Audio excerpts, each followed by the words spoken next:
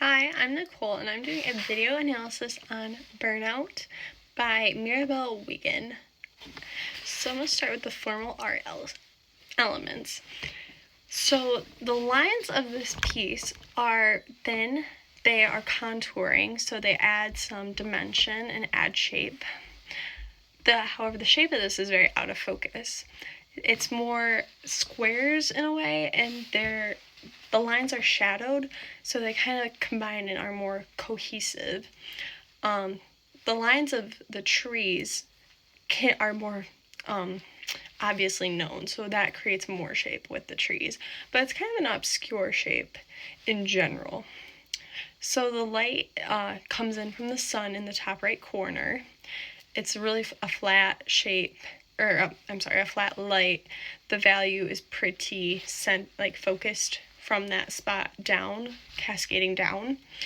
It's emphasized more past the building and over the water, not so much in the whole image itself. It's kind of past the water, down past the building is where you see most of the light, and with the shadows of the trees. With that being said, the color is mixed. It's more warm tones of yellows and greens that kind of build together off of each other, and that helps create the texture and pattern which is implied. You can't really see or feel that texture in this piece, but you know it's there based on how the light and the colors combine to create those implied lines and squares and that depth.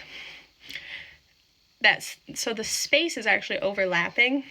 The perspectives are overlapping in this piece. You can see where the shadows in the building clash. You can see where the water along with the shadows of the trees clash. So the space is definitely more of an overlapping, not so much set defined lines.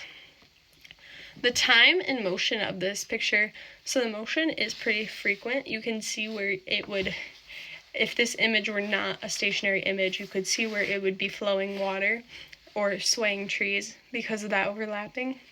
The time of this picture is actually painted in it. It was Thursday, June 16th at 10:45 a.m. So that is actually directly shown in the piece. The principles of design they build off of those formal art elements. So the unity is the scene itself, where the diversity is the things in the scene. So what I mean by that is the unity is the colors and those shapes that cascade together. That is more that unity of the image, where the scene itself is the diversity, the trees versus the building versus the water versus the right-hand side light. Those elements are more diverse. The balance is asymmetric. There's not much to be said there. I mean, you can kind of tell that just from viewing the image straight on. The emphasis is definitely on the trees. That's where the colors are the boldest and the brightest. The subordination is the building. It's not very bold.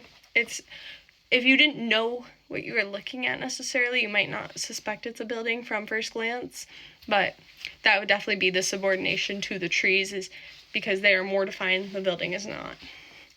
The scale and proportion, the trees are definitely the heaviest. They're the most highlighted in this scene compared to the rest. So the proportion is the trees are your main focus, and they're a little bit bigger than the building. The mass and volume would be the building and the trees. That's what adds mass and volume to this image. The rhythm is a consistent flow of the objects and colors. They all come together and make that rhythm, like I said, from the right cascading down. The function and setting is the building with the water. You can tell it's water, you can tell it's a building. However, that nature aspect with the trees adds to that as well.